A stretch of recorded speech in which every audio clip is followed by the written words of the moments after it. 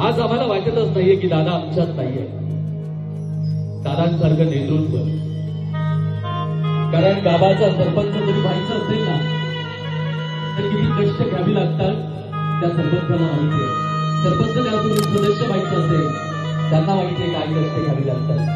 पण या महाराष्ट्राला आस लागली होती दादा की तुम्हाला एकदा मुख्यमंत्री म्हणून पाहायचं होतं दादा. पण ती आस नक्कीच आमची स्वप्न भंग झाली दादा. पण आज या उभ्या महाराष्ट्राला जड अंत करण्यानं म्हणावं लागतंय भावपूर्ण श्रद्धांजली दादा.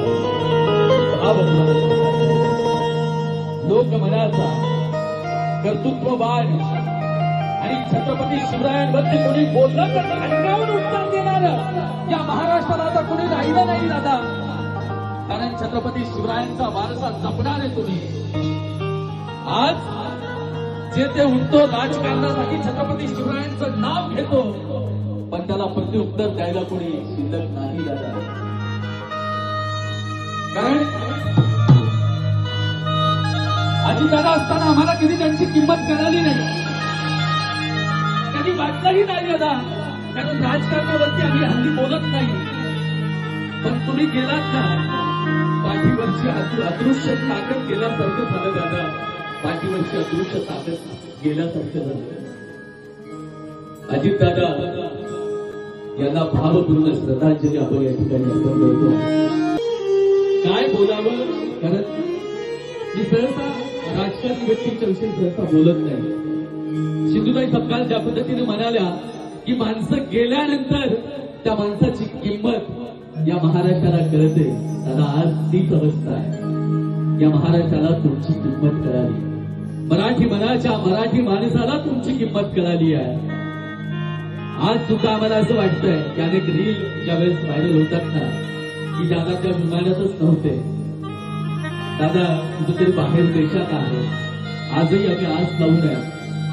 पण रोहित दादा पवारांनी ज्यावेळेस पत्रकार परिषद घेऊन सांगितलं की दादा आता आपल्यात नाहीये त्यावेळेस प्रत्येकानं जड अंत करणारे पुन्हा भावपूर्ण श्रद्धांजली केली. पण एक आज मीडियाच्या माध्यमातून केंद्र सरकारने आजचा एक मीडियाचा एक फुटेज मी ऐकलं की अजितदादा पवार विमानात बसतानाचं फुटेज केंद्र सरकारनं देण्यास नकार दिला आहे. मग दादा तुम्हाला संपवण्यामागे कुणाचा हात होता का हा सुद्धा प्रश्न आम्हाला पडतो आहे. म्हणून पुन्हा एकदा भावपूर्ण श्रद्धांजली आम्ही देतोय. पण त्याचा शोध लावल्याशिवाय आम्ही सुद्धा थांबणार नाही. आणि म्हणून पुढील गीतरचना सादर करण्यासाठी मी शाही राजन सरोदे, कारण गेल्या 5 तारखेपासून आम्ही कार्यक्रम